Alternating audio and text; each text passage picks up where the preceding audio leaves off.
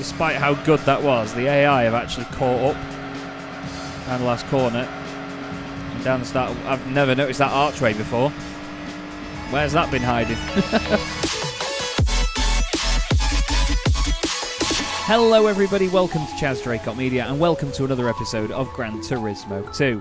Now last time we faced a big dilemma, which was the fact that we want to race in the Suzuki Cappuccinos, but there's none here in the used car dealerships. I know that sometimes in certain games they changed on certain days. Every 10 days in the game this changes, so we just need to get through 2 more days and then the sort of list that we've got here will change. And then every 60 days it sort of resets back to normal. So we're going to go racing in something else, basically, and we're going to then come back and have a look and see if there's a cappuccino here. And what we're going to do is we're going to go and do a race at Laguna Seca. Now we're going to be doing this in the Dodge Viper GTSR, which we won last time out for winning the Apricot Hill race. I'm very pleased with my Viper and I love it. We've not driven it yet, but there's a reason that we're doing this race as well. So we're going to up the tempo a little bit away from the Suzuki Alto Works, and we're going to go and do this. I'll show you why in a minute. Now this race is in the Gran Turismo All-Stars Championship. We're up against some very interesting machines here. There's an R390 GT1. There's the Vector. I can also see the Celine in front of us. There's the other Venturi thingy. And, well, we're going to see how we can get on here. 5 laps of Laguna Seca. I'm going to take it easy as well. I'm not going to batter the AI out of the way. It's interesting to see that the Nissan is at the back. And by interesting, I mean funny, because I cannot stand the R390. The Vector has disappeared up the road at the minute. There's also a Lister Storm in this race, which I just think is a phenomenal car.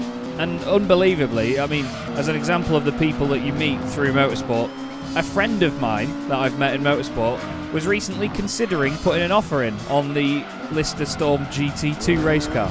Some people have got more money than sense. And I do not have any sense because I've chosen to drive a Viper at Laguna Seca and it's killed me. I should have learned, to be fair, because way back in the series, right near the beginning, when I went to get my, I think it was my B licence, we drove a Viper here and, well, it went well. You can't brake when you're in the air, you piece of Well, this thing wants to kill you still on the throttle as well, not just on the brakes. We aren't actually in last place, though. There is a car behind us, which is the Lister Storm. So it must have gone off the road at some point. Those change downs are fantastic. Although I do need to short shift to third all the time. The acceleration in third is excellent, but I don't want to have to sit in third everywhere. I think, if I'm honest with you, those change downs, that gearbox is probably one of the best sounding and the most responsive that we've had in the game so far. Just watch the change downs when we get here. Short shifted to third there to make sure we're safe. Oh, excuse me, Celine. I mean, you could not. Flipping out, you're fast. Oh my word. Oh, well, I tried to get some sort of cutback, and instead what I've done is plough into the pair of you. Still got the position, though. It's dodgy tactics I don't want to use. How do we beat that Vector, man? It's fast. It's the W12 engine in the Vector as well. It's an amazing machine that not many people know about, actually. I'm pretty sure that is it, anyway. That's the race car version of it. Be cool to own that, actually. It's not something that I've got on the list, but it's still a very intriguing and interesting car as, hello, Viper V10 Power. Viper V10 Power very often overdoes the job, to be honest with you. But then again, this Viper V10 engine is an absolute epitome of what a lot of American cars were like back in the day, when they had like 7-litre V8s that generated like 200 horsepower. I just think that the Viper GTS is one of the prettiest cars ever made, and I will not hear otherwise, especially the back of it. I mean, it's great off-road. Look at that. Whoa, hello. Don't buy a Land Rover, buy a Viper if you want to go off-road. That's what we've learned. So we need to do 2 races to change the game on 2 days, just so we hit a remainder of 10, because then hopefully the used car dealerships will change over. I can hear somebody with a turbocharged something right up behind me, and I imagine it's probably an R390 or a Vector. Oh, it's the Venturi. Hello. This Viper feels excellent, you know. I know it's not as quick as like the GT500 cars that we've been racing, but still it's potent, very potent. I was expecting it to be a lot more oversteery and a lot more leery, but it's actually alright. As long as you short shift to third there, it is. Heck, nearly threw it away right at the end. Oh god, I might have just thrown it away right at the end. Come on, go! Oh, well, we're miles ahead. I didn't think it was. I didn't think the gap was that big. So there's a nice win, and as mentioned, you're going to see exactly why we did this race in just a second. It wasn't just for the fantastic winnings of 50,000 credits, but also the fact that you get a new car for this as well. And I'm going to show you now exactly what that car is. Because while I cannot stand them, for that race you win the Nissan R390 GT1 road car. We're going to sell it, which gives us an extra £250,000. Now that means for that race alone, for doing 5 laps at Laguna Seca, so long as you win anyway, you get 300,000 credits. Now I showed you the race where you win the Silhouette Nissan R30, that gives you 125,000 credits, so half of the prize money for winning the car. So, what we ought to do now is probably choose another fast car and go and do that again.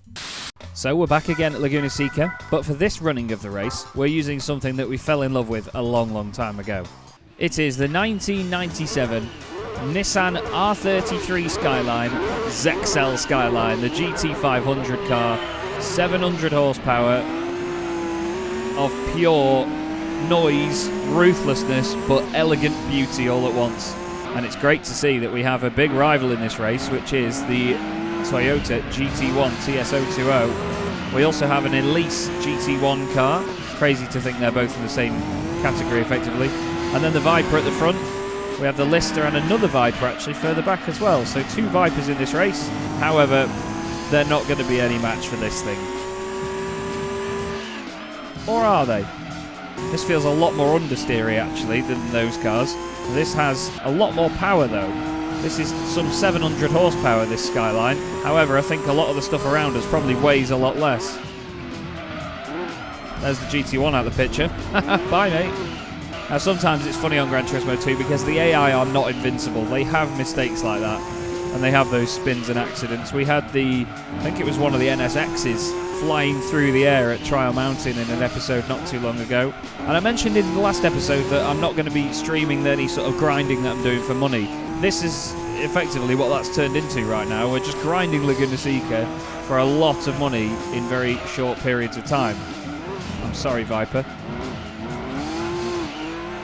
But the main aim here is, of course, to skip the game's time on by 2 days. So we can have a look in the used Suzuki dealerships and see if they've finally got a Cappuccino for us, because that way we can then carry on with the manufacturer events.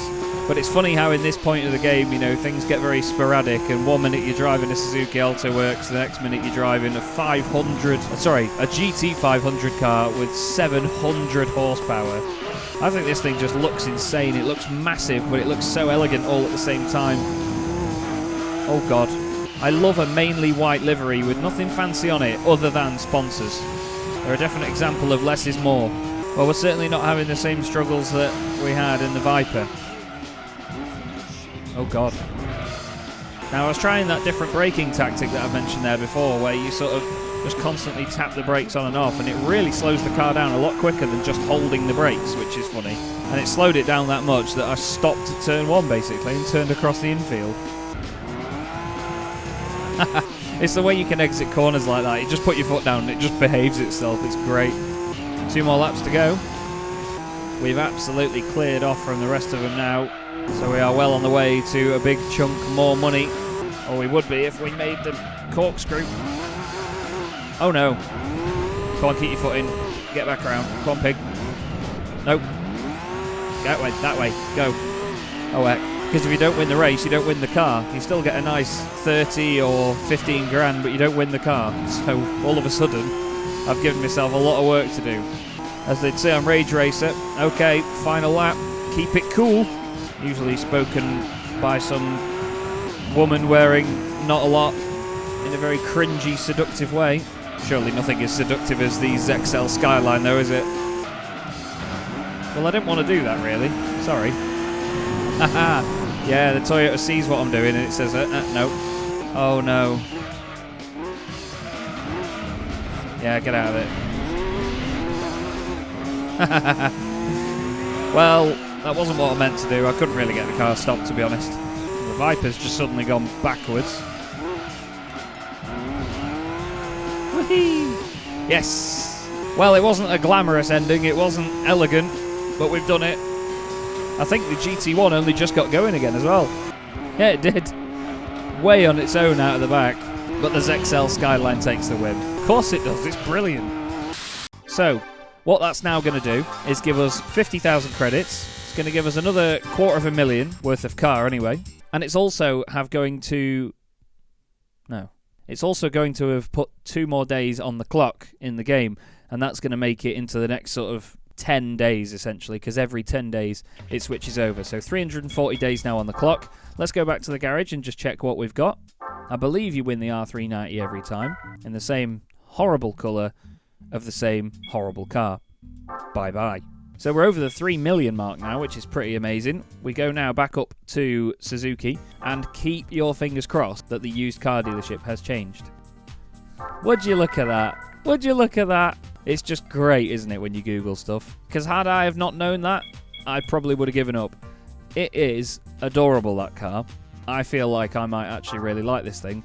It's front-engined, of course, rear-wheel drive, and it now means that we can carry on with Suzuki. Now we're going to modify our Cappuccino.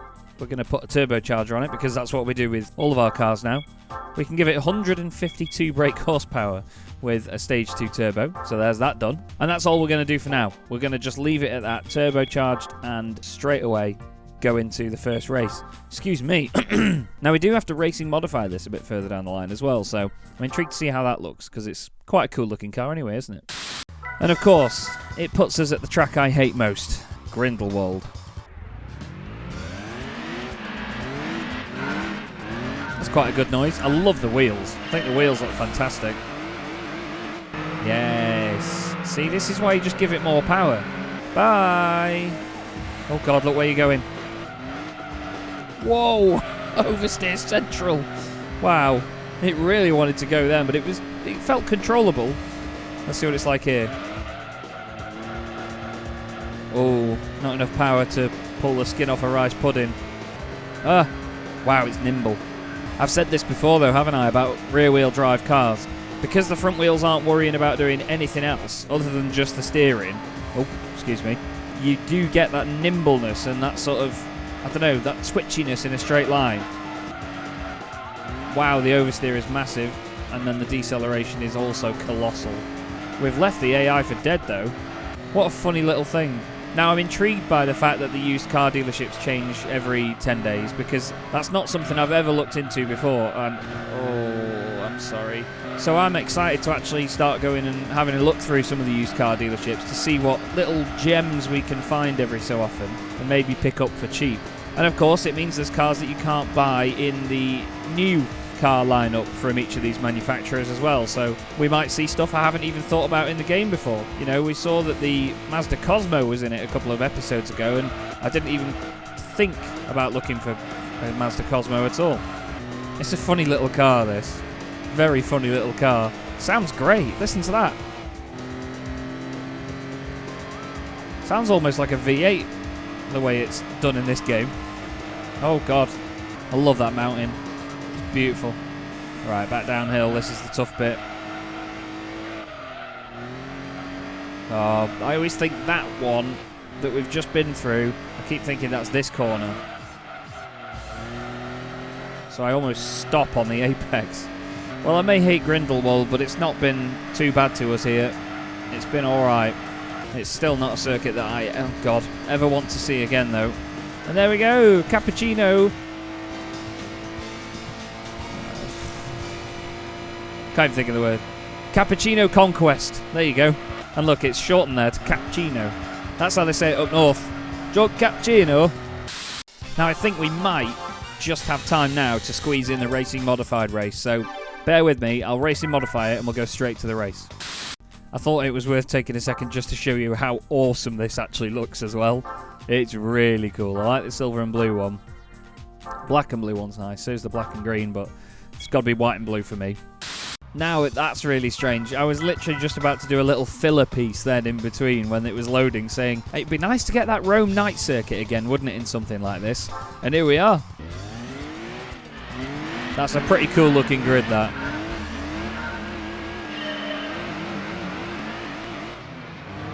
Oh, seems like we may be at a power disadvantage.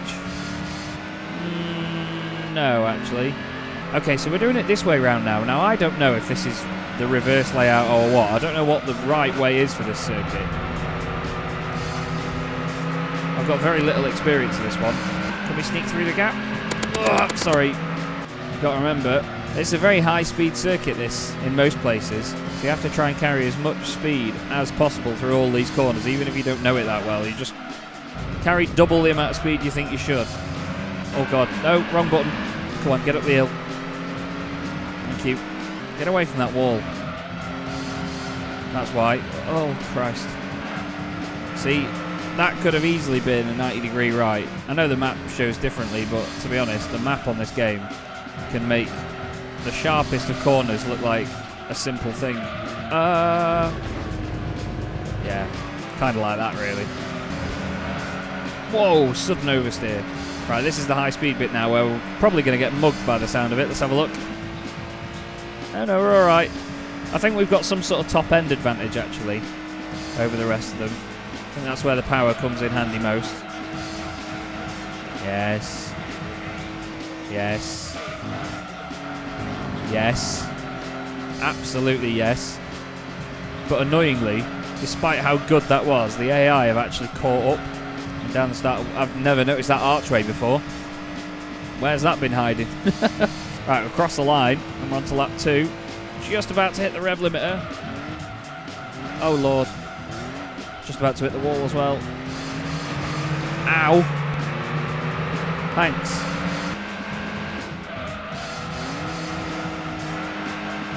Oh, that was nice. That turned into a really nice manoeuvre, actually.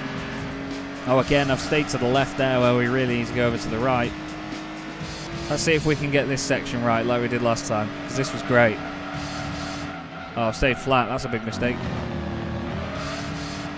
Well, it's helped us. No, it's not. Well, we messed that up. This is the good bit. I was thinking of the wrong part of the track. I clearly don't know it that well. That was just a lift and a chuck of it in there. Chuck of it in? I just lifted and chucked it in.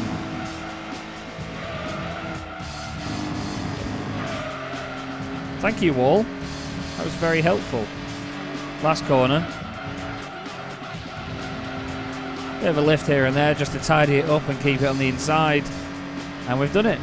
That is Suzuki and Cappuccino complete. And that is going to be the end of the episode. But thank you very much for watching. We're making some more solid progress now. Next up is going to be Nissan, so things are going to get really exciting, I hope, with Skylines and all sorts of cars to race in there. But as ever, thanks very much for watching. Hope you enjoyed it, and I'll see you in the next episode.